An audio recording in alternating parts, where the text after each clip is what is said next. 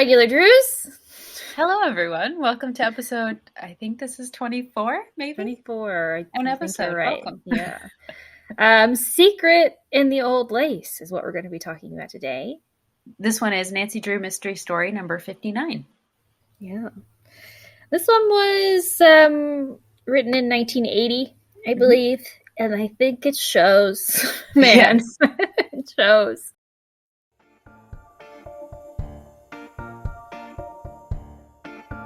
Well, aren't you a regular Nancy Drew?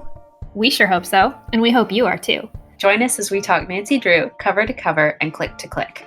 Welcome to Regular Nancy Drew.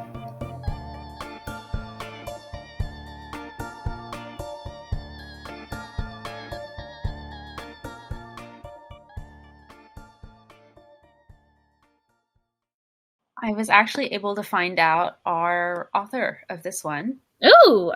So, obviously, this is Oh, dear. very close to the original 56, 59. We're just a few years after when things got shaken up over at the Stratemeyer Syndicate. But Harriet Adams, our author, our Carolyn Keene, for a long time, she was still, she wrote the outline for this one, but she was getting very close to retirement at this point. And Nancy Axelrad, I think is her name, wrote the manuscript itself. So it definitely does feel like Harriet's touch was in this. Oh, it yeah. did feel that way very much. So, now that you've said that, makes so much sense. So much sense, because who else would write a mystery about lace? Right. It's literally just about lace.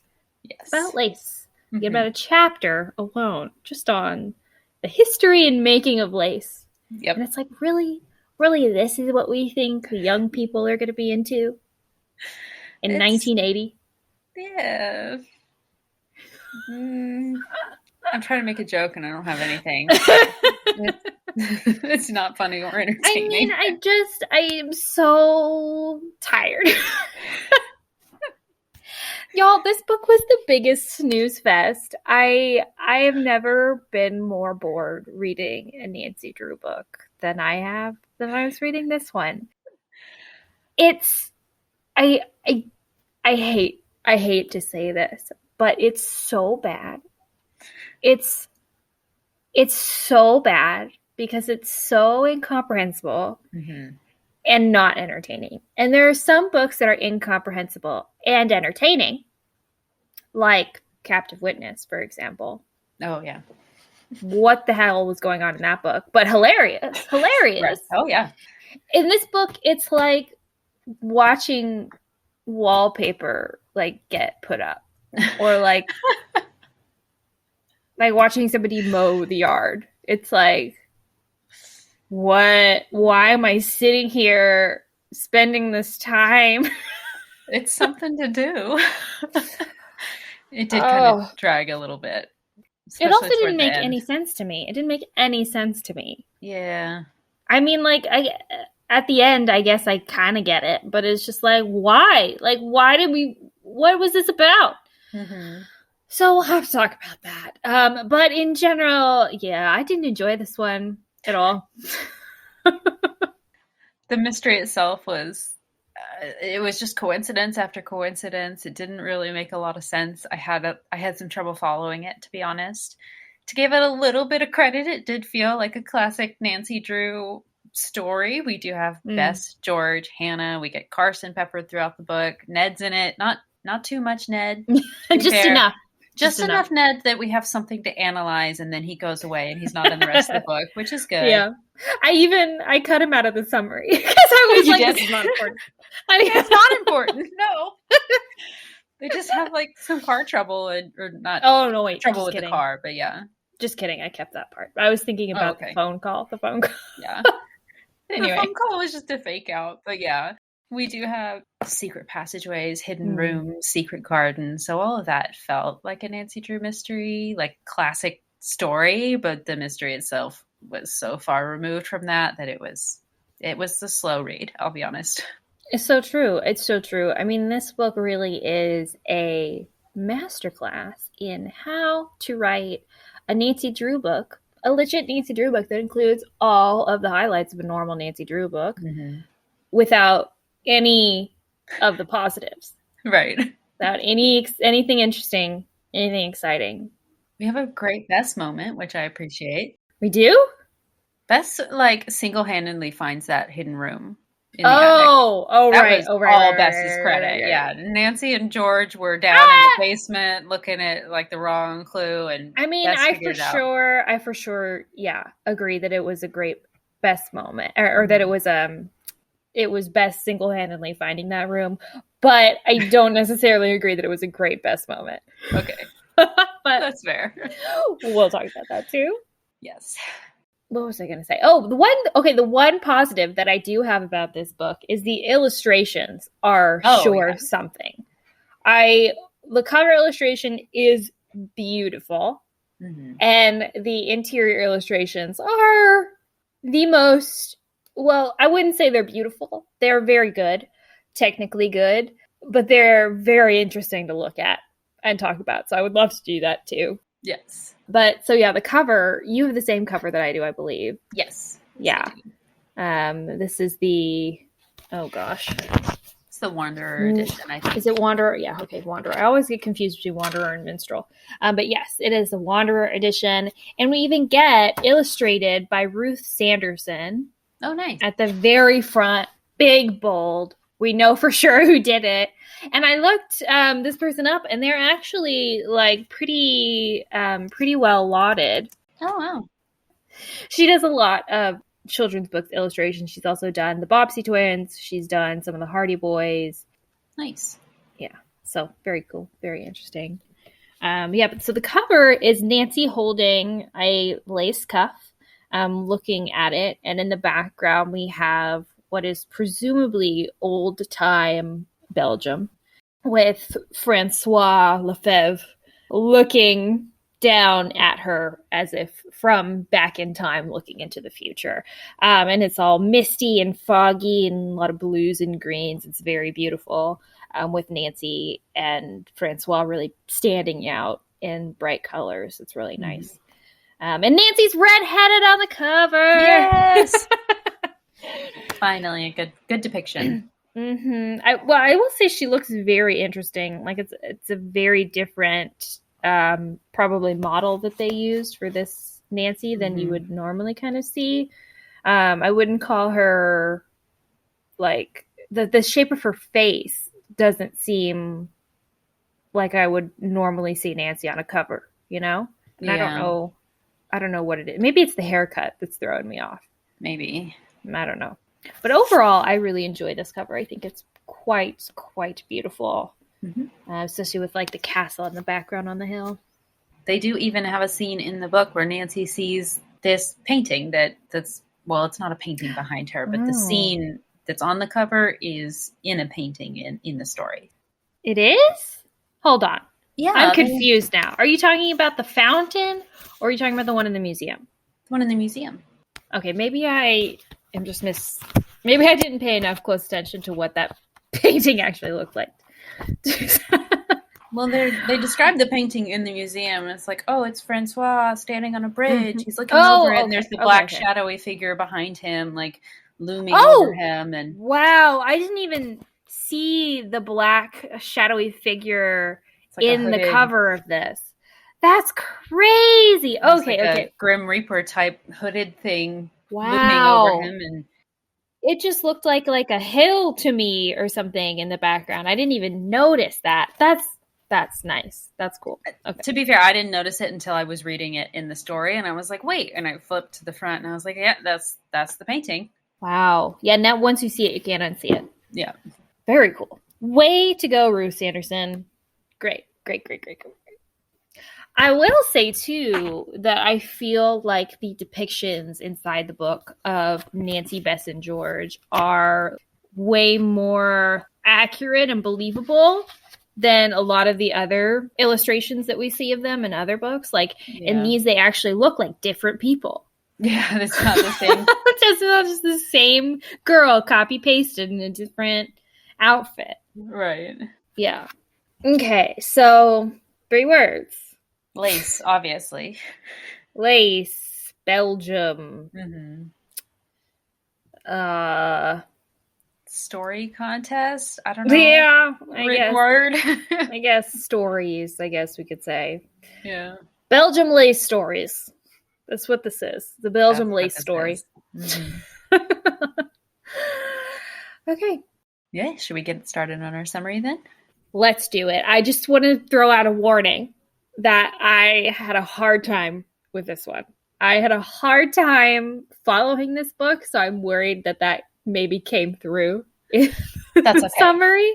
So it may be a little bit of a struggle to get through it, but we'll sure try. Okay, so our mystery begins with Nancy. She's in her bedroom and she's finishing up an invented solution to a mystery contest that a magazine published and is running. Nancy shows her story to Hannah and Bess and George, who've all just shown up.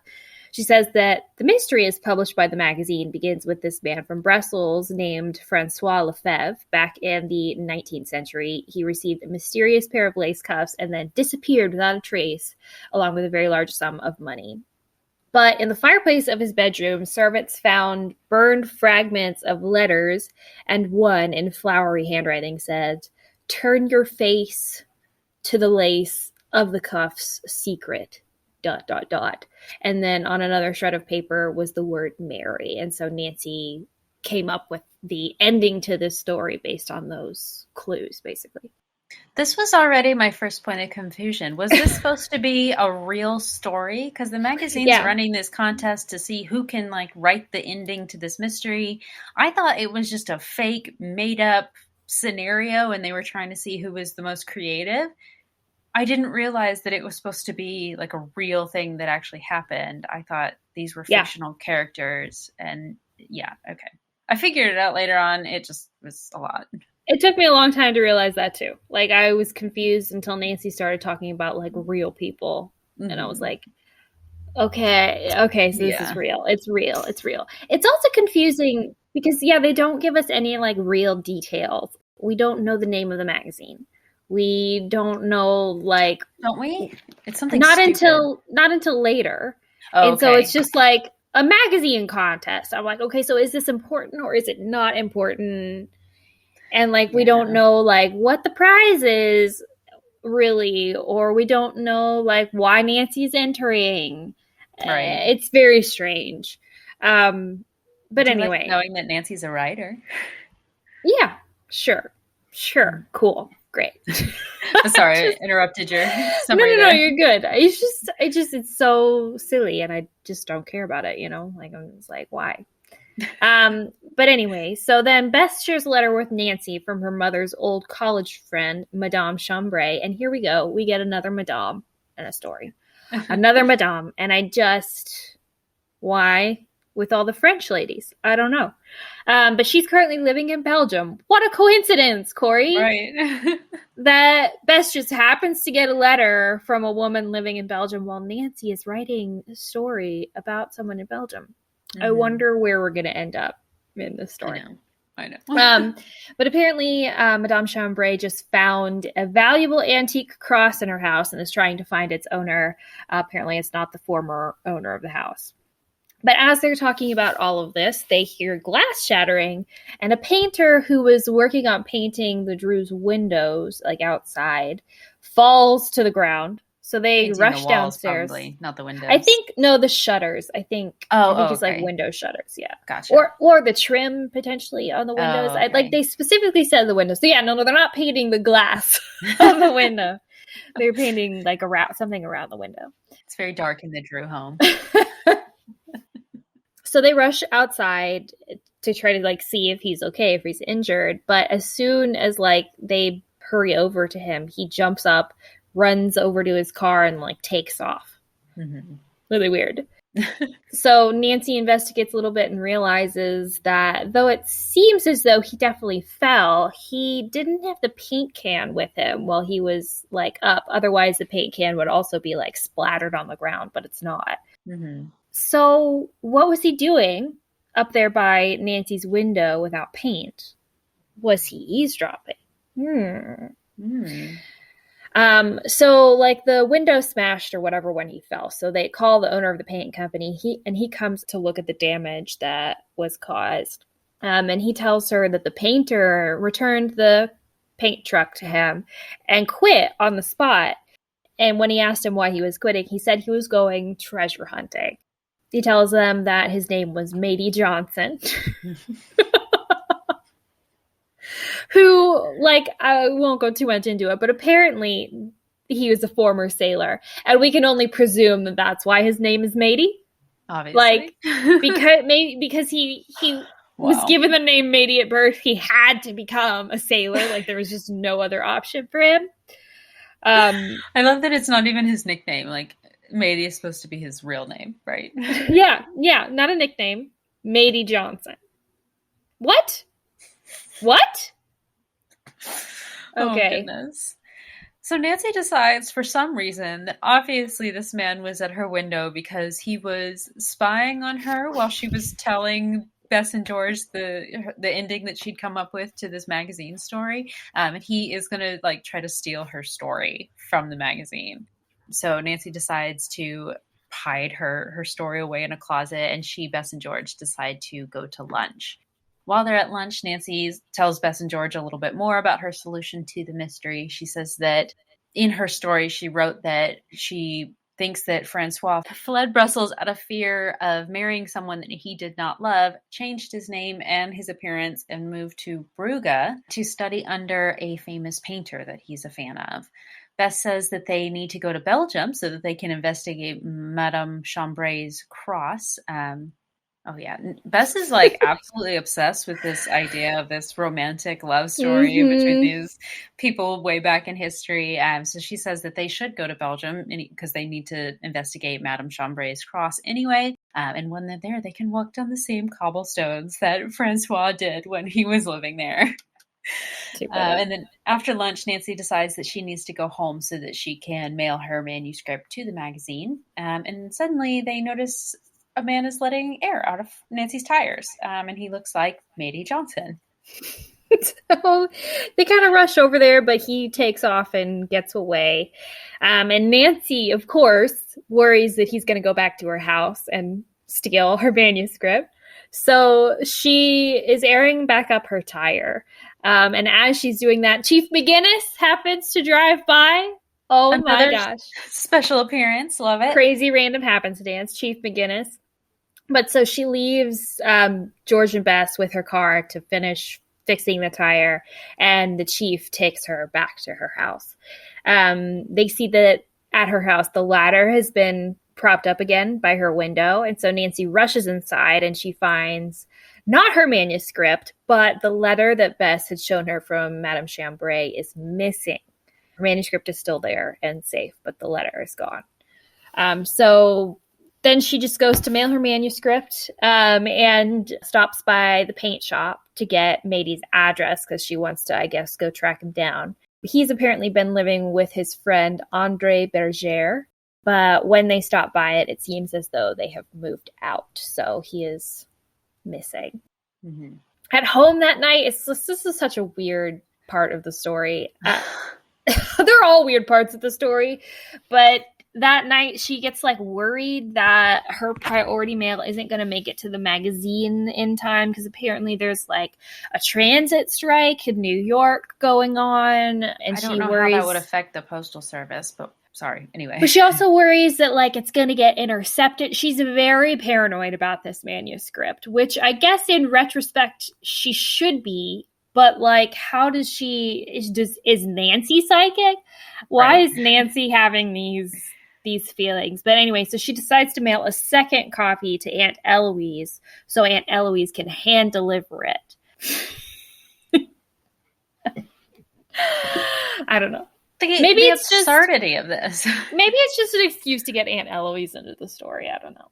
Maybe. And I definitely appreciate having Aunt Eloise and seeing more of her, but it seems like a lot to ask of your aunt to be like, can you wait around all day for the mail to come and then run this errand for me so that I can participate in something that's really not that important? Like, it's not like there's any major consequences if Nancy doesn't get to enter the contest. She would just not get to be in the contest. That's the thing. Is like, what's going to happen if your manuscript doesn't make it in time, Nancy? Yeah.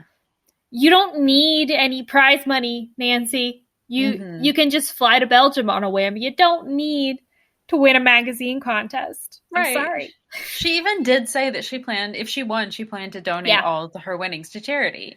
Yeah. Which, like, that's nice and all, Nancy, but then why does it matter? She just wants the pride, I guess. I don't know. But the next day, Nancy talks to Carson, and he says, yes, you can go to Belgium with your friends. Go have fun.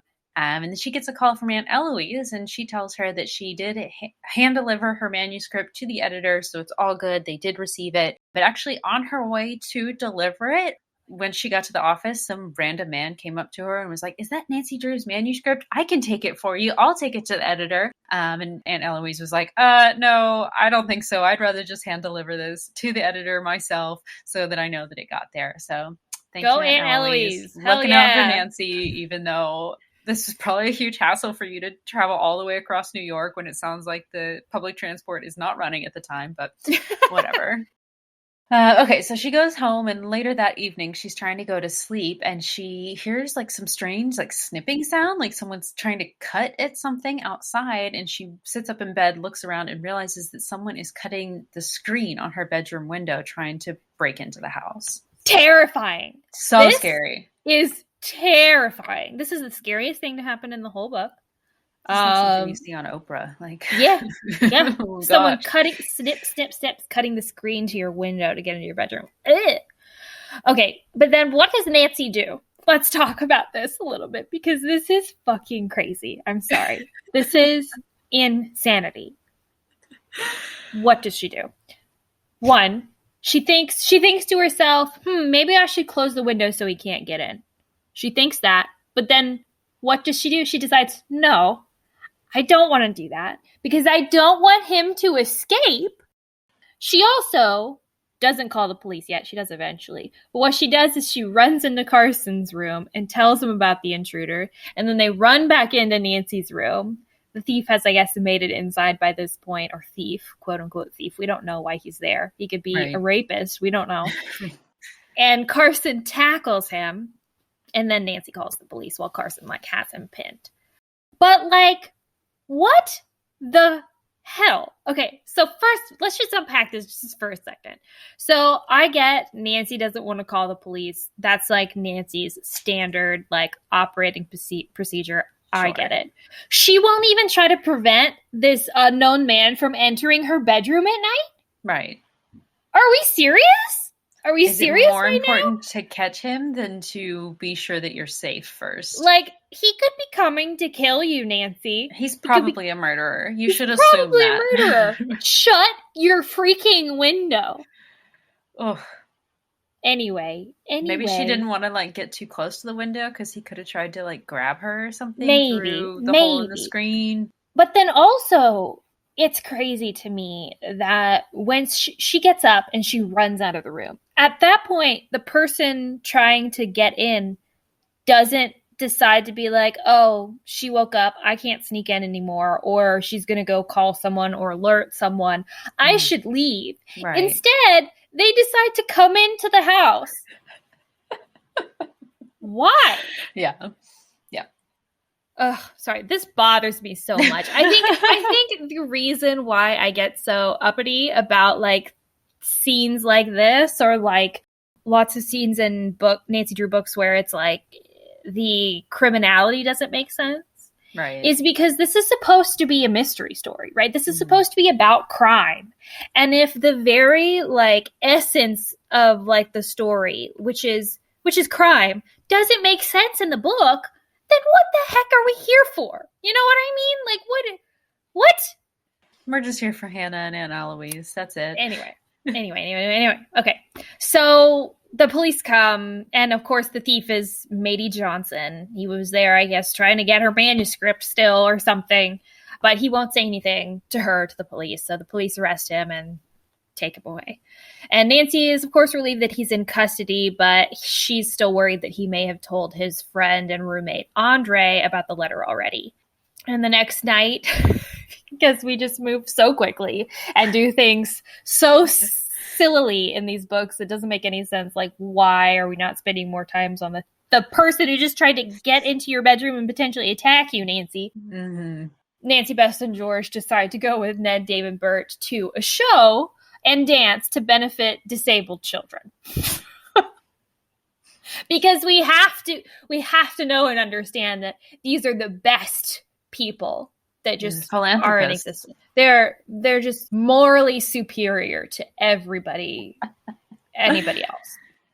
I feel like this is a very 80s thing for teenagers to go to a prom, essentially, that's not put on by a school. It's just a dance that benefits something somehow for some reason. I don't know. But so they go to that, but Ned and Nancy drive separately.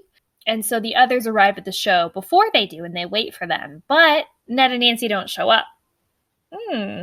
And Bess has a bad feeling that something terrible has happened to Nancy and Ned. And here we get another really great Bess's psychic moments. Oh, yes. Because she's right. Yeah, she's right.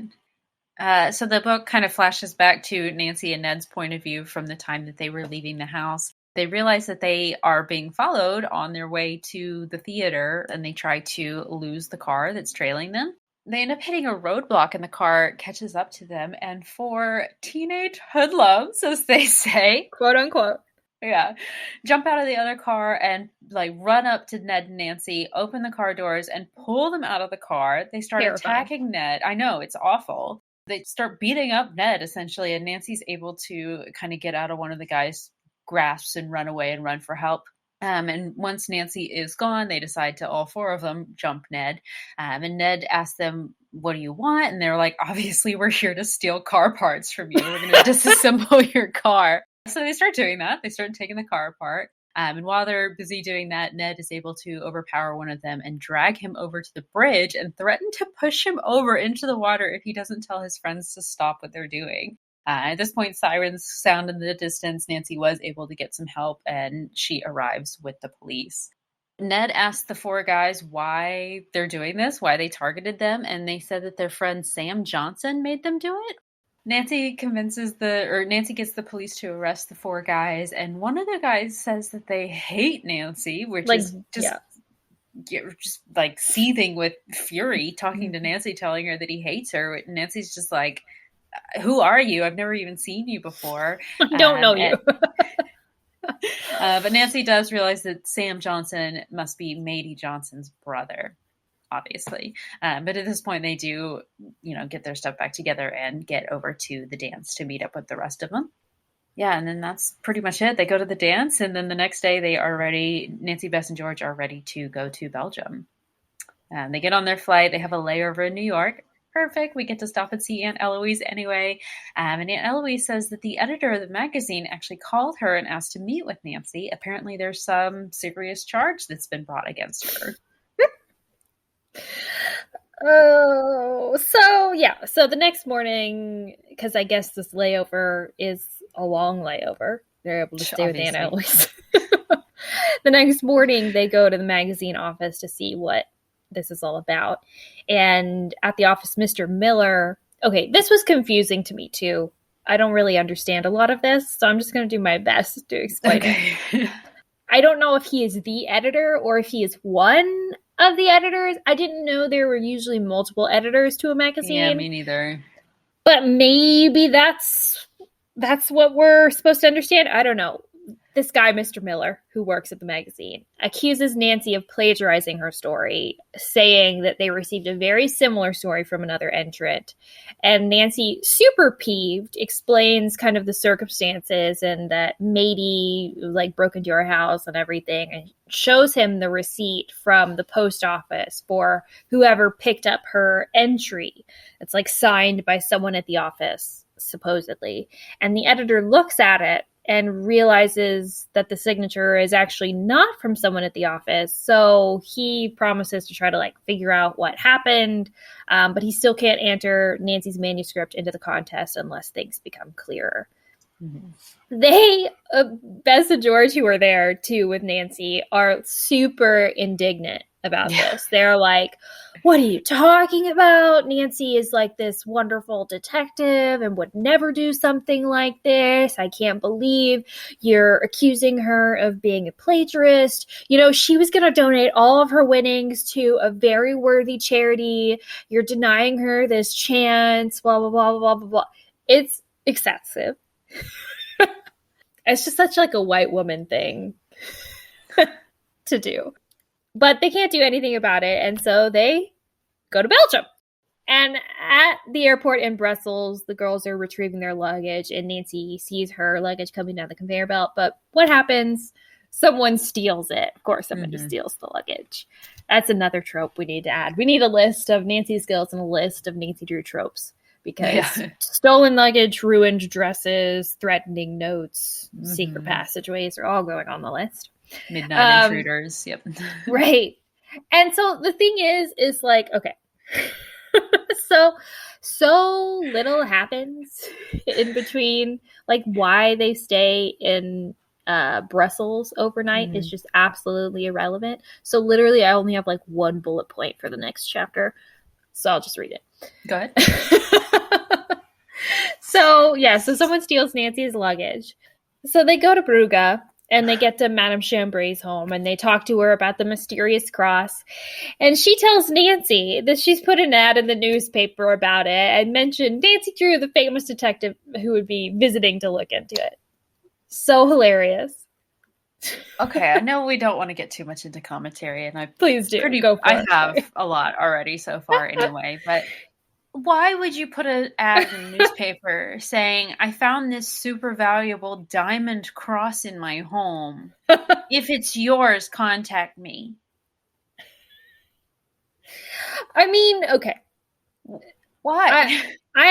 It's hilarious, yes, and very badly, a bad idea. And Nancy kind of says that to her too, and she's like, well, you know, now people are going to know that I'm here, and now we can't really investigate as well, and you've alerted a lot of people. Of false claims to it. Right. But I think the reason why she did that is because maybe this is okay, the way I understand it is she's already a very wealthy woman to have purchased this old estate, presumably, in Belgium. And also, like, it just, presumably to me, she's wealthy because, like, how can you come across, you have this home and you come across this probably unbelievably expensive antique cross that has, is like gem encrusted. And you're like, what should I do with this? I know I should try to track down the owner. Instead of being like, hey, cool, I found this really expensive old antique in the old house I just bought. Guess I'm going to get some money out of this. All right. You tell me you wouldn't immediately take that thing to an appraiser and be like, all right, how much? How much? I mean, I appreciate the sentiment of trying to rightfully or return things to their rightful owner. Right. But in this case, the owner has been dead for like 150 years at least, right? Yeah. Like, Not... yeah. It was in your home that you just purchased. You asked the previous owner. They said it's not ours. So I think it's yours because you bought the house. It was in the house. Everything in the house is yours now. Is that not how things work? I mean, yeah, but so like my point with that is that she doesn't really see it as something that she should necessarily take a whole lot of, like, that isn't super important to her for some reason. So she's just like, I'm trying to find the owner. What's going to be the fastest way to try to find who might own this item? I know, I'll tell everyone about it. Right. That just invites people falsely claiming that it's theirs when, you know, you really don't have a lot of information about it to verify. And then inviting potential thieves into your home. Like if that happened to Nancy with the guy cutting the window open. Oh my gosh. Somebody's going to try to break in and steal this, I feel like. I don't know. And they sure do. So. Yeah, they absolutely do. So, yeah. No, definitely misguided. I just think that she probably just wasn't thinking about that. Yeah. When she did that. Okay. Sorry. Anyway. No, you're good. At the house, Madame Chambray shows them the cross. It's made of lapis lazuli and diamonds. And she tells them that she found it in the cellar wrapped in cloth and tucked like into some stonework. And on the cloth that it's wrapped in is the name Antoinette Tissot. And it's got a sentence in French, and Nancy translated it because Nancy obviously is a fluent French speaker. Don't forget that. I need to add that. It might already be on there from it might actually 99 Steps, but the sentence in French is, God will protect you wherever you go. They take a nap because you know, who doesn't need a nap? And Nancy decides to drag Bess and George down into the cellar with her to investigate. They look around down there. Bess is creeped out by the weird sounds that are coming from weird places in the cellar, and they look behind them, or at one point they look behind them, and Bess has just disappeared. Bess is gone. A ghostly figure in the shape of a tall man appears suddenly. George and Nancy just rush at him, and he knocks both of them down, and their flashlights like hit the floor and go out.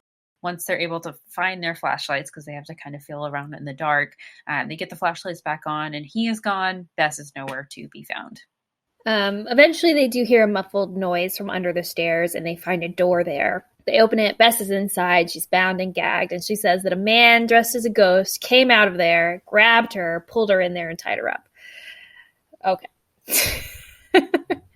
Why? We don't know. We still don't know. We never learn why this happened, why this man ghost decided to do this just to Bess. But okay. So they go upstairs, and Madame Chambray agrees to call the police about the intruder, and they ask her if her house is like connected to the canals. She says she doesn't know because she hasn't been in the house for very long. But it seems possible because there's a lot of like nooks and crannies in the house. Okay. How do you not explore every inch of the new house that you purchased? It must be massive. Just utterly huge. I just can't picture it. I can't.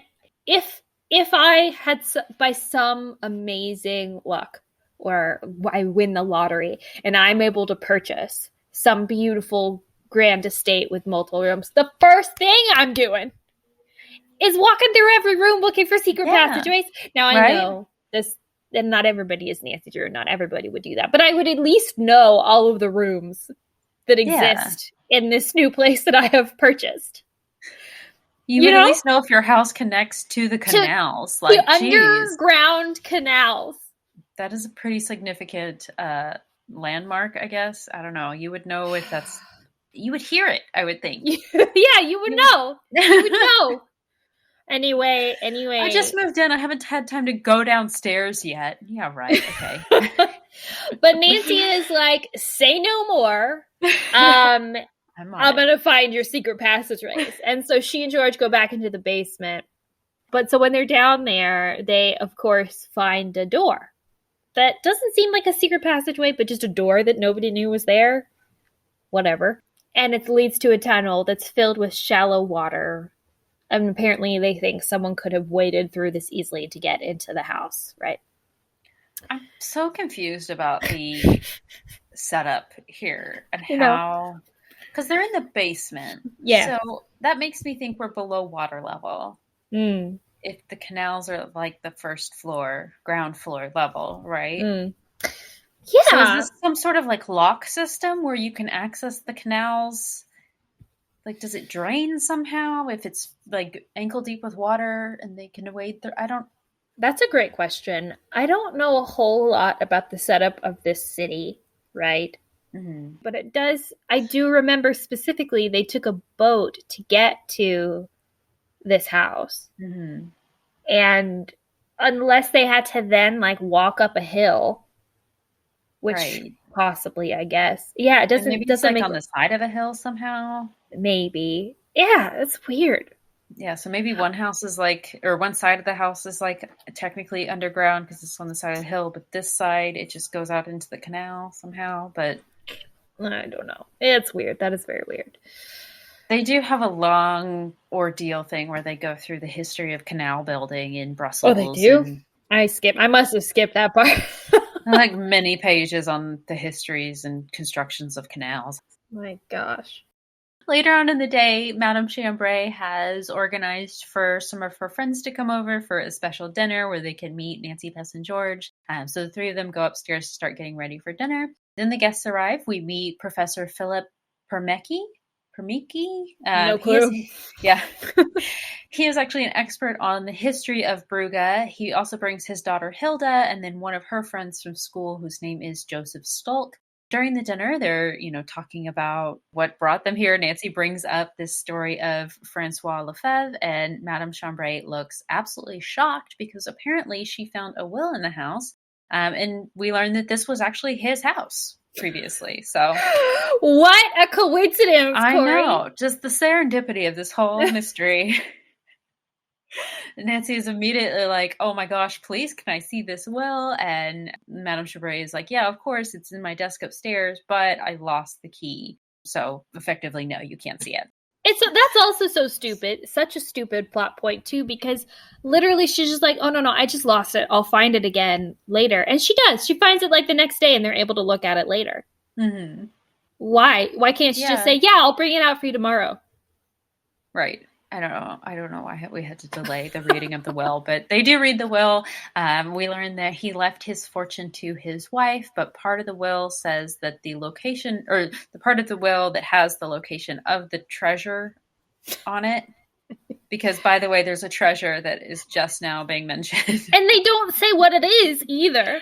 Right. They don't say what is left to his wife. Like, they don't say what the contents of her inheritance are. Right. It's just this fortune, but that piece of the page has been torn off, so we don't know where it is. But then the next morning, Nancy's luggage is delivered from the airport. They were able to recover it. Yeah. I know you were super worried about that, so that's easy now. So Nancy looks through it and nothing seems to be missing. So she calls the airline to ask what happened. And apparently when someone in Brussels found it in an alley, it was apparently dumped there. That's it. So someone just stole her luggage and just put it in an alley. Maybe hoping that her manuscript was in there, possibly. Well, the reason we find out the reason later, and it's a stupid ass reason. So okay. That what you said, Kori, is a better reason than the reason that we get at the end of the story. So anyway, so that day the girls go with Hilda, the friend they met the other night, to learn about lace. Yep. We get the most boring pages long lace lesson. The whole chapter. But so I'm not going to tell you any of that. I'm going to spare you. Just know that we're just supposed to understand that lace back in the day was very expensive and sought after. Well, it's very, it's a very specific skill, so it makes sense, right? No, yeah, absolutely. I get it. I get why. I just don't think that we needed all the explanation. I think we could have just had a sentence from Hilda that was like, oh yeah, back in the day, lace was very expensive and very sought after. Right. Instead of pages upon pages of like, this is how they make lace and look at how they make the patterns in the lace. And you can buy lace from here, you can buy lace from here, but they're called two different things. And some lace is this, but some lace is not this. And this is the very expensive lace, but this is not the expensive lace. So you need to know what you're looking for when you're looking for expensive lace. It's like, oh my God, I don't care. Let's go over the structure of the loom that's used. Like, yes, they do. They do. Yeah. Oh, anyway, so they go on their little lace shopping trip. As they go to leave a lace shop, Nancy notices that a man in a raincoat is kind of watching them. Okay, and then they go to a museum. Apparently a lace museum, and while they're there, Nancy sees that the same man is following them still. So they tuck out of the room for a second to see if the man, I guess, continues the tour downstairs or something. Mm-hmm. But then when they look back in the room, they see he's gone, which I'm like, so doesn't this mean that he did go downstairs? But no, they realize that he's actually escaped out onto the balcony on a rope. So apparently, I don't know how they realize this exactly. I guess they see him holding it. He has stolen a very expensive lace ruff that the museum has had on display. Why? Kori, I don't know. It has nothing to do with the rest of the lace in the mystery. Mm-mm. Just because he's a thief and he just wanted to steal something. I don't know. I don't know. There's literally no explanation. Yeah, it has nothing to do with the rest of the mystery. It just seemed like because he's a bad guy, he had to do something bad. Yep. So, yeah. I guess. Well, they see he's running away with this lace, so they race downstairs after him. They catch up to him on this bridge, and Nancy and George are able to subdue the man, pull all the lace out of his pockets, and steal everything back from him. I guess he's shoved it in his pockets, whatever. Nancy takes the lace back to the museum, and George continues running off after this guy, but she's held up by a group of young men, literally. Yeah, and the guy was able to get away. We'll have to talk about that later, too, because I have some thoughts.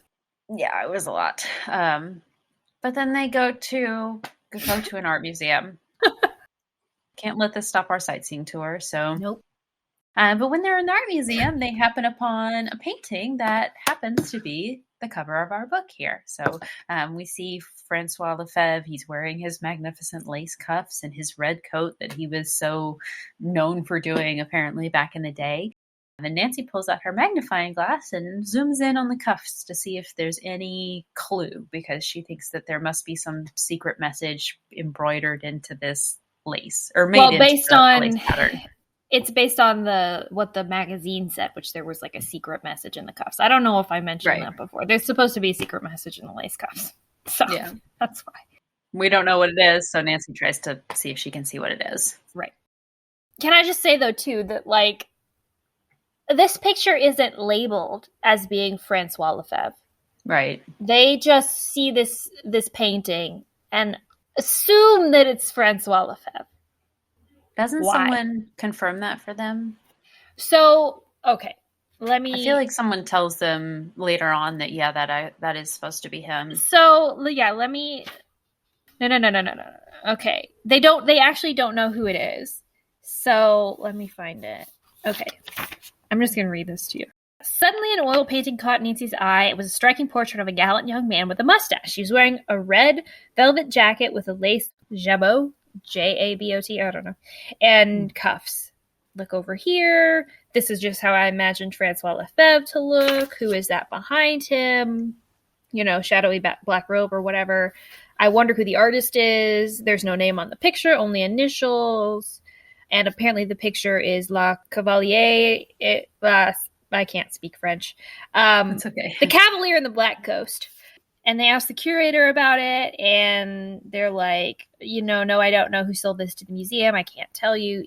But they say that it was done by a man named Dirk Gelder, and it was commissioned by the man's girlfriend because her beau was an ardent admirer of Gelder. Mm-hmm. And that's it. That's all we know about it. So they just assume that based on that, it's Francois.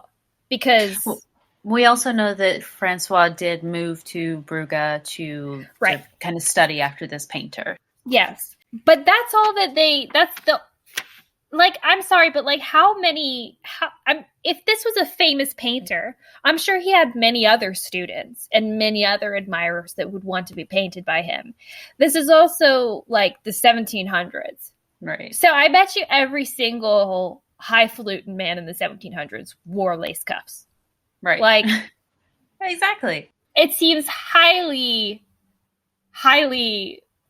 I don't know the word to describe it. It seems stupid to assume that this is Francois, but whatever, they do. It's like seeing a picture of a man with a powdered wig on and being like, that must be George Washington. That's gotta be him. He's wearing the wig. He had a wig. It's him. Yeah. Somebody painted a picture. Who else would somebody paint a picture of? Who else was notable in that time? Nobody except wore wigs back then. Right. Anyway, so Nancy's looking at the cuffs, and she does see there is a hidden message in the cuffs. So I guess this is further confirmation that this is Francois. But it just says, like, I love you in French. And Nancy also notices, like, a strange geometric pattern on it. So, okay, whatever. Cool. Later that night, back at Madame Chambray's house, she shows them the will. Finally, she's able to get it out of the desk.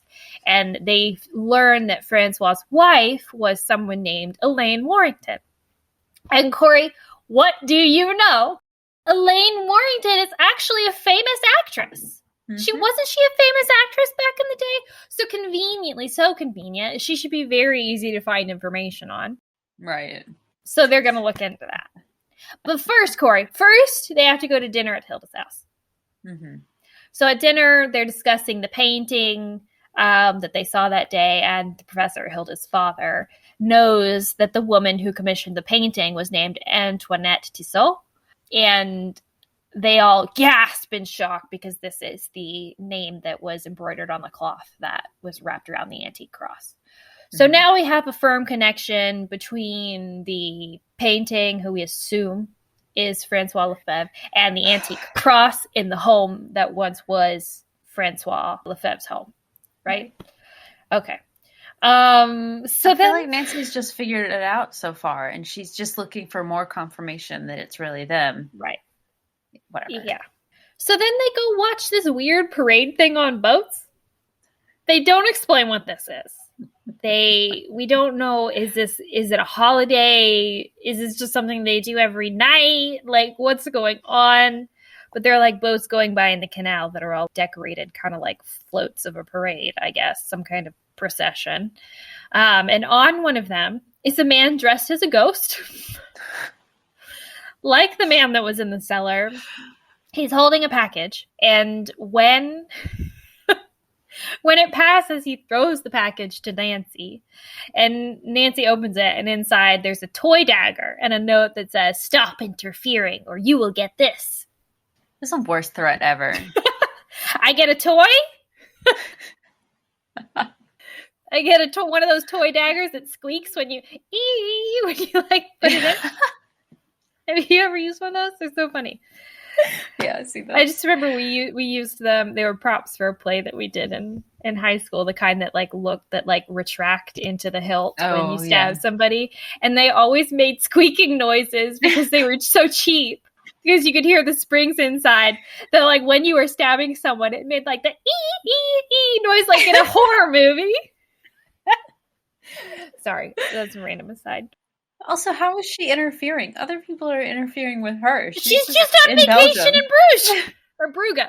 What do you want? She went to a museum. You stole from the museum. Nancy didn't do that. Stole some lace that has nothing to do with anything, by the way. But whatever. Anyway, so they go home after that because, of course, that doesn't change their behavior at all. One, because, yes, it was a terrible threat, and why would it? And two, because when has a threat ever stopped Nancy from doing anything? So they go home, and they realize that a first-floor window is open. So Nancy is like, wait outside. I'm going to go investigate. Which, I don't know why Nancy is the one who would be safer. Seems like you should maybe send George in. If we're following our trope, send George. Right. But Nancy goes in to investigate, and they find that the antique cross has been stolen. Of course it was. Of course it has. Of course it has been stolen. They make a police report, and Nancy starts to wonder, oh gosh, maybe they stole the will as well. So they go look for it. Luckily, it is still there, so that's fine. The next morning, Nancy calls Carson on the phone and asks him to research a little bit more about Elaine Warrington. Carson also tells her that this man named Frieden, the person who submitted the other version of the newspaper story that Nancy supposedly plagiarized off of, that guy is actually friends with someone who works at that newspaper or works at that magazine named Herbert Brock. And it's unclear why either of them would have anything to do with this magazine story or with the lace or with the cross, but whatever. Carson tells Nancy what Herbert Rock looks like, and she's like, oh, that must be the man from the museum that stole the lace. Nancy, Bess, and George decide to go to the library to look up more information on Elaine Warrington because we have to do double duty, even though Carson's already looking into it. But on the way there, Nancy notices a man wearing cowboy boots, and she's like, that man that broke into the basement by the canals and tried to kidnap Bess was also wearing cowboy boots. You know, maybe that's him. So I'm just going to go up to him, start talking to him, and see how he reacts. So she starts talking to this guy, subtly brings up Rock and Frieden, asks if he knows them for whatever reason. But he seems friendly and sincere. Nancy decides that maybe he is sincere, or maybe he's just a good actor, because the guy mentions that he wants to be an actor or something. Yeah. We also learn that he's from Texas. He says that, no, we don't learn that he's from Texas. We learn that he recently moved to Dallas, which is not the same thing, because later Nancy's like, did he speak with a Texan drawl? Well, he wouldn't if he only just moved there, but whatever. Also, most people in Dallas don't speak with a super Texan drawl. Right, or wear cowboy boots everywhere, but whatever. But at the library, once they get there, they learn that Elaine married a man named Friedrich Vonderlicht, who Nancy assumes maybe that's the name that Francois took on when he moved to Brugge, because he wanted to kind of change his identity and everything. But they learned that she moved to the U.S. or after he died, she moved to the U.S. and eventually ended up dying penniless there, meaning that she never inherited any sort of fortune or money or estate or anything from Francois. They go back to Madame Chambray's house, where they decide to search the basement again for some reason, and discover that the door to that tunnel that they were able to wade through before, they had previously locked it to make sure that nobody was able to get in, but they found that the door was unlocked, and the key that they'd left in the door for some reason is now missing. Yep. And then, meanwhile, Bess, who was left upstairs because she didn't want to go back down into the basement where she was attacked, reasonably so, yes. She decides to investigate by herself. She's like, no, you know what? I ain't no chicken. I'm going to go upstairs while they're downstairs. So she's walking up this staircase, and she hears like a shuffling sound, like someone is in the room above her. So she keeps going up, which... If you think someone is up there, why would you? I don't know. She keeps going up there, but there's nothing there. There's not even a room. It's just like the landing, and there's like a small window, but like there's no doors or anything. She has like this very funny like moment with a spider where it's like a spider and she freaks out and she like brushes it off herself or whatever. And then as she does that, she notices a small crack in like the wall. Mm-hmm. Well, the spider like crawls behind it, so that's why she's suspicious of the wall. Yeah. Okay, I didn't know that. She decides to rip the wallpaper off the wall. I'm sorry, Bess, you're visiting this home of this woman that you've never met. Here, let me rip your wallpaper down. Excuse me? Classic Bess would have asked for permission first, but whatever. Oh, definitely. But so she does that, and she finds a panel that looks like it swings open. She tries to push on it, but it's stuck. So she calls the others to join her, and Nancy like works at it, and they're about to get it open when Madame Chambray calls them, like downstairs. She's acting like weirdly sad. She says she found the owner of the cross, but before Nancy can ask more, Carson calls. He says that a descendant from Francois has been located and is traveling to Brugge to receive the cross. I don't understand how this happened. Like, who found also him so quickly? Yeah. Who told him? Like, what's that about? And she also doesn't ask Carson those questions. I don't understand why. But Carson does describe this person, and she thinks that this might be the man in the cowboy boots that they met in the street earlier. Like, why? Like, because anyway, Carson said he's like Southern and from Dallas. So she's like, oh, it's the band from Dallas in the cowboy boots, which is like, fine, whatever. But like, it's so random. Anyway, so Nancy goes back to Madame Chambray. She's got like her head in her hands and she looks really upset. And she explains that she received a threatening letter saying that if the girls don't leave, basically they'll burn down her house. Mm-hmm. And so she tells the girls, you need to leave. It's not safe here. And also, side note, I don't want my house burned down. Right. And she says that besides, we found the owner of the cross. He's located and he's coming. And Nancy asks her if he has a Southern accent because Texan drawl, right? Because Cowboy Boots Man was Southern. And she says no. And so Nancy is like, okay, so whoever you spoke to is an imposter. This doesn't make sense to me also. I'm really confused as to the order of events here. because we really have so we have a true heir and we have a fake heir, and somehow they both came to being at the same exact time, and happen to look similar, apparently. And both of them have cowboy boots, and the only marked difference between them is one of them has a Southern accent and one of them doesn't. But like, how are we supposed to know which one is real and which one is not? Right. Is it just that one of them has a Southern accent? But how do we know that the true heir has a Southern accent? Carson didn't say he had a Southern accent. He just said he was from Dallas.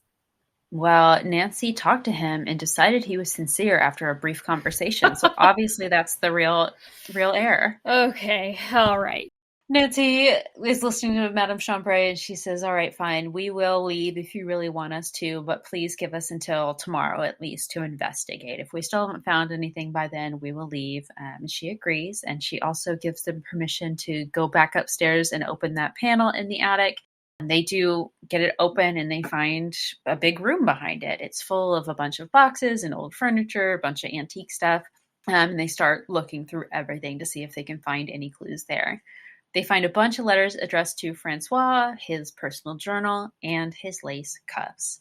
As they're looking for everything, Bess happens to notice a man's face, like peering through the skylight in the ceiling. And she's like, oh my gosh, there's a man spying on us. And they look up and they're like, oh, we don't see anybody. He must have left. So it's fine, right? And they consider telling the police, but they don't. They just ignore it. It's kind of weird. But Nancy starts reading through Francois's diary and finds out that Elaine Warrington, the actress who Francois was married to, is actually, her real name was Antoinette Tissot. She changed her name because her family was disapproving of her marriage to Francois, and they didn't want her to become an actress. So she decided to change her name so that they would not know or not have the shame of having a daughter that was an actress and also married.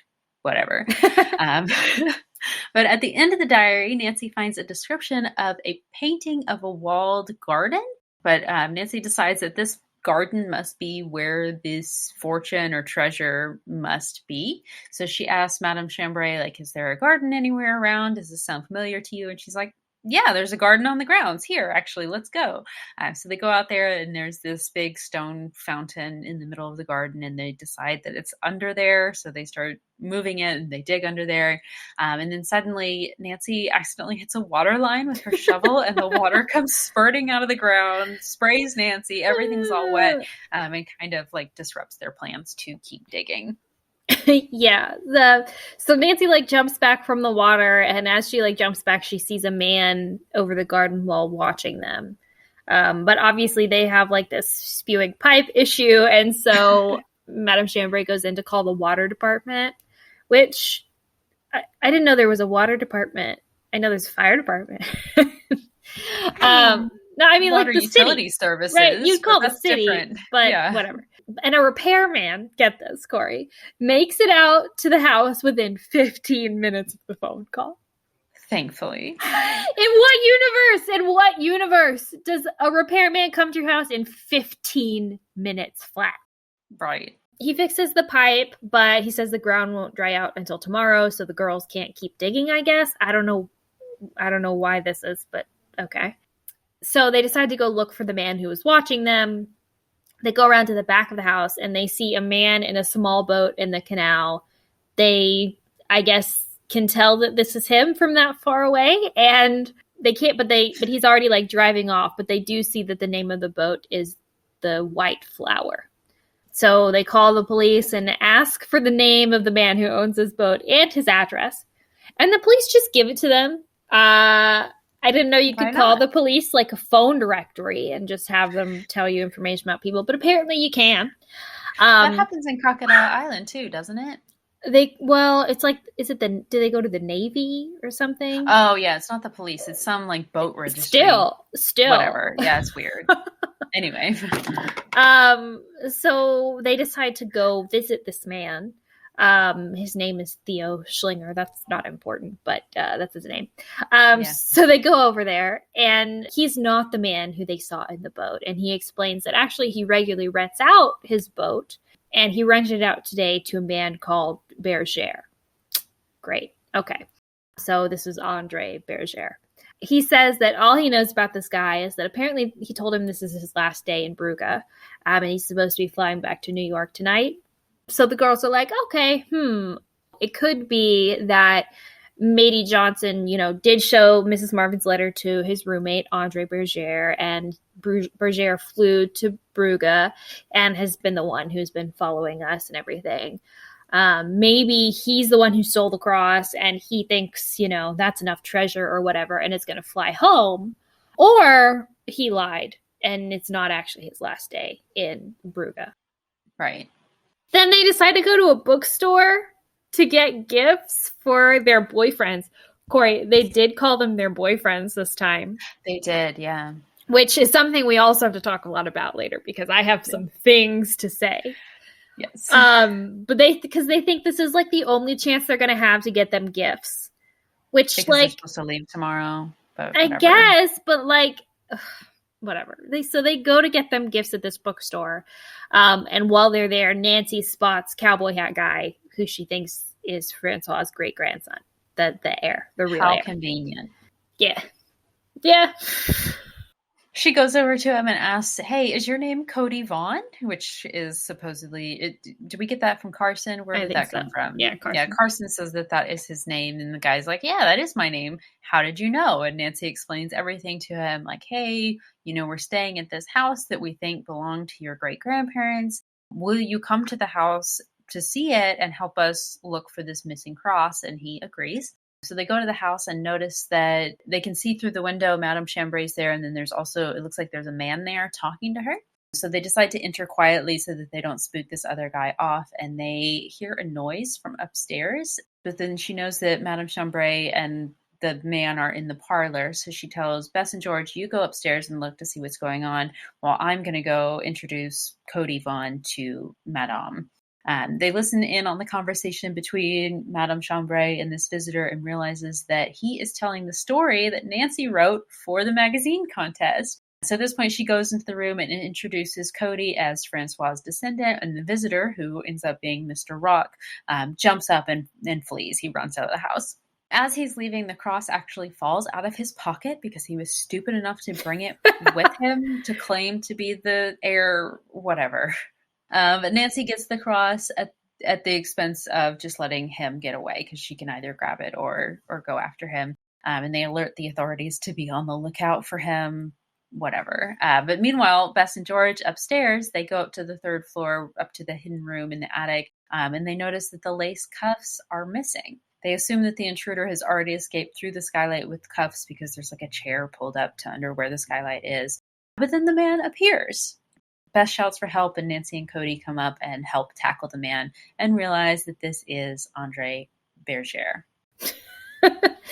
They fight and kind of struggle a little bit. I think Berger gets a good punch off on Cody or something, and it's tense for a minute. But eventually they're able to subdue him, and Bess goes downstairs to call the police again, I guess, while the man explains. And this is where we get our solution to this mystery. But it's not really, call it that. It's not really a solution because it doesn't really explain anything. But he says that he is both Andre and Paul Frieden, and that Paul Frieden is actually like a fake name. He just came up with it. Apparently Herbert Rock, I think that's his name, is also an editor at this magazine or works at this magazine somehow. I was very unclear about that. But Rock and himself actually created the contest, like came up with the contest and put it on because they knew there was this mystery in Brugge.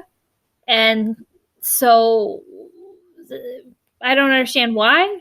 It would have been helpful for Nancy to have suspected that a while ago and things would have fallen into place a little bit sooner, but whatever. But I still don't understand the reason, right? Like, why would you publish this in a magazine? What's the purpose? Presumably to get people to try to solve the mystery for you, but they're just making things up. Right. Maybe they're hoping that someone will get close enough to the truth that they can look into things. But then, Nancy writes this story and they immediately assume that it's all 100% accurate and they need to follow what she wrote. I don't get it. So anyway, so they do that. And then so they also try to get Nancy's entry and submit it themselves or under this fake name of Paul Friedan, because they think that if Nancy's accused of plagiarism, she'll stay in New York to prove like that she's not a plagiarist. And then they could go to Brugge to search for the treasure in the will. But so they already know about the will? That's my thing, is like, I know they stole Madame Chambray's letter that Bess left in Nancy's house. So I know that they learn about the will at that point. Mm-hmm. But like, why, if they didn't know that there was already a treasure, why would they put this mystery in the magazine? And how did they know that Nancy would enter the contest? And the guy, so Andre Berger just happens to be the roommate of Mitty Johnson, who just happened to be painting the window outside Nancy's house, who happened to overhear this. It doesn't make any sense. It's all a huge coincidence. It doesn't make sense to me. It really doesn't make any sense. But so obviously that didn't work. She didn't stay in New York to prove her innocence. And so instead they just try to like stall Nancy and like trip her up the rest of the way. They stole her luggage. You know, Rock pretended to be the ghost and watch the girls. And that's it. That's all we learn. That's all we get explained. And the police come and take him away. Mm-hmm. Nancy gives Cody the antique cross, and they make some jokes about how the rest of his inheritance is just like the rusty birdcage in the corner of the room. Yeah. But then Nancy realizes that actually the geometric pattern on the birdcage looks very similar to the geometric pattern that they saw on the lace cuffs in the painting at the art museum. Mm-hmm. And it also, like, the beams on the ceiling, like, help, like, create that geometric pattern as well. So Nancy looks at the hook stuck into the beam where the birdcage would have hung previously. And she doesn't... So she, like, accidentally trips and falls and grabs onto the hook to, like, balance herself, to, like, stop herself from falling. And as she does that, it rips out of the ceiling and scatters this quote-unquote treasure, which they also still don't really describe. We're just supposed to kind of understand it to be a bunch of valuable jewelry. All of that falls onto the floor. Also, the birdcage is solid gold for some reason. Oh, it is? I didn't catch that. Let me find it. How would you like this old bird cage? Bess giggled. Now I'll have to buy a bird, the cowboy laughed. Nancy stared at it open mouth. It was a magnificent bird cage, and beneath the years of tarnish was gold. Oh, tarnish, okay. Yeah, so she like wipes it off and sees that it's gold. So how is this bird cage not too heavy for the hook that Nancy couldn't even grab onto? I don't know. But whatever.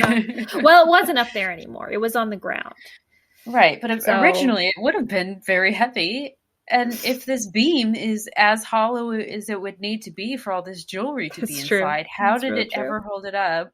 But whatever. Yeah, so the treasure's on the floor and Cody is like, oh, hey, cool, you know, my inheritance. And then he insists that the girls in Madame Chambray all take a piece as thanks for what, I don't know, he just met these girls 5 minutes ago. But they do. Oh, you know, thank you so much, Cody. You're so generous. They could have had all of this. I'm sorry. Anyway, they have a party the next day. It's weird. The girls fly back to the States. And then at home, Nancy gets a call from Mr. Miller, the other editor at the magazine, and he tells her that she won the magazine contest. And she's like, oh, great. Now I get to actually donate the prize money, whatever. And she tells him, well, now I've solved the real mystery. I'll write the actual ending to the story. And Mr. Miller's like, great, I'll publish it. And fiend. The end. Yep.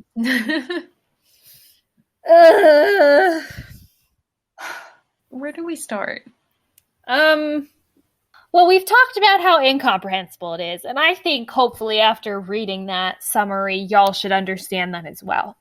And I also don't want to have to think about it anymore because it hurts my brain. So instead, let's talk about, how horrible the fat shaming of Bess is in this yes. book. I was going to say Bess. We need to talk about her. We need to talk about Bess. There are several more moments where George makes fun of her figure. At one point, George like is trying to like hold the pipe so that it stops leaking, she tells Bess, hey, come down here and sit on it so that it stops. Yeah, when the water is like flowing out and Nancy breaks it with her shovel. You're so fat. Come sit on the pipe, fat ass.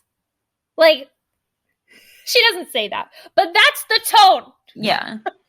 That's the tone. There is one point where Bess is like visually shaken by how cruel George was with what she said to her. Like some comments. There's a moment where Bess they're like walking in New York past some like really pretty stores or something. And Bess is like looking at the pictures of some of the clothes and the models wearing them. And she goes, oh, I wish I could look like that. And George says, you could if you stopped eating. And then they say, Bess pretends not to notice. That's so fucking sad. It's awful. There's more than that. Like, oh yeah, there's like 5 or 6 instances of this. They also, they make allusions to her being a chicken a lot too. Yeah. And Bess feels like she has to defend herself from that. And she does stuff that maybe she wouldn't because she doesn't want to be labeled as a chicken. It's just sad. Yeah, poor Bess. Hashtag Team Bess. We're on your side, Bess. Oh, yeah. Okay. So in chapter 2, Nancy is like talking about her, the story that she made up for the magazine. And she says, like, I understand that marriages are still arranged in some countries, like, saying that like Francois had like potentially an arranged marriage he was like trying to get out of. And George says, well, I'm glad I don't live in one of them. And then Bess saw a chance to tease her cousin. I'm sure Bert is equally happy about it. So Bess is like, yeah, I bet Bert's happy not to have to marry you. Woo, Bess. I kind of took it as like you can choose who to date rather than having to marry some other guy because otherwise Bert wouldn't be able to date you kind of thing. Because Francois was supposed to be marrying some other woman but was in love with Antoinette Tissot, and that's why they ran away together. I don't know.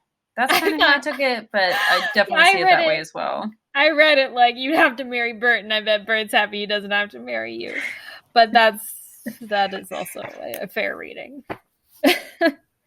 Yeah. So, yeah, I mean, and the relationship between Bess and George, again, I just don't get it. It does seem like a relationship in where George teases Bess a lot and Bess takes it. But the teasing doesn't feel, it doesn't feel comfortable or friendly or funny, or it just feels mean. It feels like George is mean.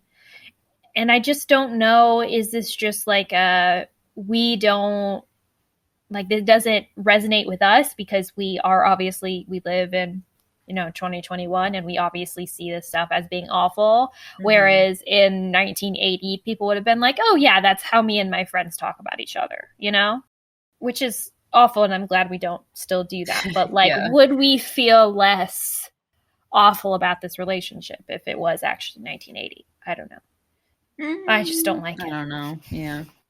George also calls her lazy bones at one point because it's early in the morning and they're all jet lagged and Bess is still in bed. Okay. Yeah. I do also really want to talk about this whole boyfriend thing and the weird flirting that happens throughout this book. Mm-hmm. So at the very beginning of the book, we definitely don't refer to them as boyfriends. We say like dates, special date, favorite date. We date all the time. Special friend is used. But then at the end of the book, we definitely progress to boyfriend. Mm-hmm. Like at a certain point, they're like at dinner and Hilda asks them or something, or George brings up that Bess has a boyfriend. Mm-hmm. And Nancy, and then they go shop for gifts for their boyfriends. Right. So we make that switch. But also, while we're in Belgium, some very sketchy flirting stuff happens. Oh, yeah. So when Hilda comes over and she brings her beau, I forget his name, Joseph something, I think. Yeah, I think it's Joseph. Bess immediately starts making eyes at this boy. Mm-hmm. Like, she's into him, she gets giggly or whatever, flirty, asks him what he's doing tomorrow. And then George is like, kind of like, whoa, easy, Bess, you have a boyfriend. And right. Hilda gets territorial because she's dating this guy. Yeah. It's very weird. And then later, Cody, the cowboy boot, actual, real Francois heir, mm-hmm. he is dating this girl. He has this girl with him in Brugge. Nancy, Bess, and George never meet her, but they see her in the shop where he is. And then he says, oh, I have a date with a girl later, so this cross thing can't take too long, basically. Right. But he starts flirting with George. He makes eyes at George, and George gets all giggly, and they flirt with each other. Mm-hmm. I'm sorry. Doesn't she ask him to cancel his date as well, or something? Well, Nancy asks him to because she thinks that the situation with the cross is going to get dangerous or something, and she doesn't want him to invite his girlfriend to a potentially dangerous situation. Just him. Him needs to be in danger, but whatever. But, like, what the heck is going on? So it's like, okay, so at a certain point, we do indeed acknowledge that y'all have a boyfriend. Y'all have boyfriends. Mm-hmm. And then you flirt with other guys? It's really strange. I don't know. And we're supposed to see that as, like, being acceptable and normal or and cute, funny. Like, what are we supposed to read from that? Yeah. I see a bunch of flaky, rude girls, is what I see, who don't accept boundaries. Yeah. So that sums it up. Okay, so something else I kind of want to talk about is, like, the helplessness of Nancy Drew in this. Oh, yeah. So, like, one for sure that we've talked about already is, like, definitely Nancy doesn't do any real investigating in this book. No. She goes to some places and happens to find some things. That's not investigating. It's circumstantial. And Bess does more snooping than Nancy does. Right. But also, there are several moments where physical stuff starts happening. So, like, the man breaks into her bedroom. The guys drag Ned and Nancy out of their cars. They're, like, in the attic room, and Bess calls for help, right? Because the guy, I guess, is there and, like, threatening them or whatever. In all of those situations, Nancy doesn't physically fight herself. Right. Like, in the bedroom, she goes to get Carson to come help her. Which it's fair. It's fine. Like, very reasonable, right? For a teen girl to go get her dad when there's a man that might be trying to murder her. I'm not critiquing that, but she does it quite a few times. And there's one moment where, like, she and Ned's being attacked. And specifically, she says that, like, she knows she's not going to be any help. So she runs to get help. How? How would she not be any help? I'm like, why? Like, Nancy, jump on, like push, like, I better agree. Than nothing. I agree that, like, getting help is probably a good option to take, but it doesn't fit with me in Nancy Drew's character, right? That she would say, I don't think I can help in this situation. Right. I'm going to abandon Ned here. I think it would be fine for her to be like, the best thing to do is for me to get some help right now. The best way for me to help Ned is get some help. Right. Or, like a smart decision, I would understand. But instead, it feels like she's discrediting herself and like not trusting in herself and her own abilities or being brave and instead running, right? And so it's just like, why? Like, why are we getting that message? Why is Nancy saying that? That doesn't feel accurate. It doesn't feel good. It doesn't feel like a good message for girls, Like, ugh. I also was thinking from Ned's point of view, you're both getting attacked, and then Nancy just runs away. He has no reason to believe she's coming back. Shoot. Oh, I'm on my own, 1 against 4 now. Nancy could have been at least a little help. 2 against 4 would be better than 1, but she doesn't seem to think that she can be useful. Didn't even get to a point where she felt like Ned would be safe if she did leave. She just left. Yeah. So this is in chapter 6, but it's like phrased in a certain way that I really didn't like. So, okay, Nancy knew she would be unable to assist Ned in the fight. Why knew did she know that? That she would be unable. No, Nancy knew that she would be unable. No, she doesn't. Nancy is very capable. That's like her number 1 trait is Nancy's capability. Right. And also to say that, like, running to get help is not helping. Right. It absolutely is. It absolutely is. Instead, so she's like, I can't help. I gotta go. Like, what? No. And why can't she help? Is it because she's not a man? I yes, mean, Kori, we know Nancy's trained in martial arts. Like, oh yeah, we do. That's not unhelpful. No, literally later in George and Nancy, because they're the only people there, they tackle the ghost guy. They go to tackle that guy. They say they'll give him a judo flip. Right. They'll give him a judo flip. So they presumably know how to do that. Yeah, she like calculates doing it, but she's like, "Oh, I can't do it without like Bess getting hurt in this somehow." Or something along those lines, and so she decides not to. So she could have helped in this. She could have judo flipped these tweens that were carjacking them, but right. So that really bothers me. That really bothers me. I don't like this book. Even in the end, like it's like, oh, we need to wait for Cody to come with us because we need a man to protect us from. Right. Yeah. Right. It's some bullshit. It's some big bullshit. So yeah, I honestly don't have a whole lot more to say about it because it was just so painful to read that I was like, please let this be done. Please let this be over. I appreciated the cameos from some of our favorite characters. Chief McGinnis, Aunt Eloise, Hannah and Carson both have pretty decent sized roles in it, given the length of the story. Bess and George obviously are throughout the entire mystery. Oh, Ned, Bird, and Dave, like we talked about, they're all in it as well. So that was nice, but the rest of it, thumbs down. Yeah, big ol' thumbs down from me too. So yeah, Flashlight score. I would give it a 1 flashlight out of 5. Yeah. I would give it a 0. What's the Instagram reel? It's like, I would give this a 0, but I can't do that. So I will give you a 1.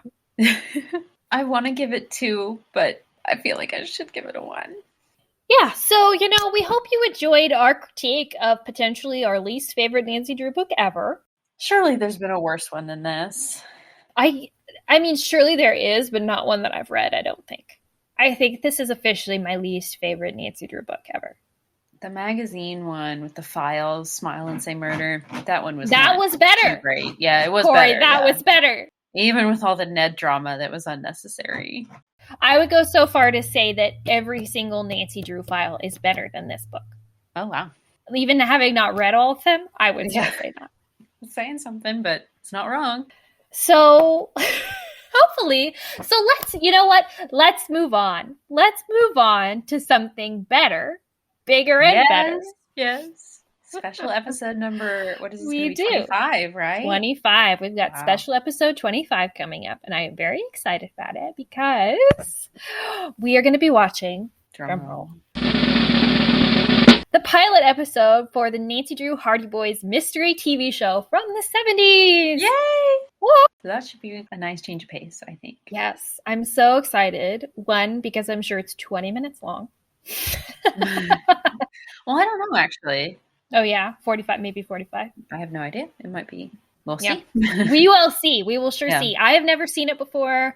Yeah, I don't even really have any frame of reference for it, except that Pamela Sue Martin as Nancy Drew and both Nancy and the Hardy Boys star in it. So we love a Hardy Boys crossover. So we sure do. Wrong there. I have high hopes for it already. Yes. Oh my gosh, it's so true. We love a Hardy Boys crossover. I'm sure it's going to be very great, full of lots of 70s fashion and shag carpets and paneling and floral wallpaper. So I'm very excited for that. Incredible hairstyles and yes. I was just looking at the I guess some image, like promotional image or something for it, and their haircuts are so intense. It's hilarious. So yes, I'm very excited to see all that, and the cutie Hardy Boys I'm very excited about. I want to say that the show back in the 70s was really like the second iteration of a Nancy Drew adaptation, because we had the Benina Granville movies in the 30s, and there's 4 of those. But then as far as I know, there was nothing else until the 70s. Yeah, I think that's right.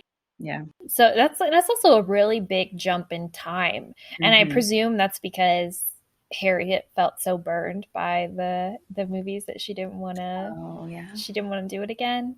But I wonder what made her change her mind about the 1970s adaptions, or if that really was just the first one that came up after that, or what. So, yeah, it'll be interesting to see and to speculate about. So join us then. Yeah, we'll see you then, regular Drews.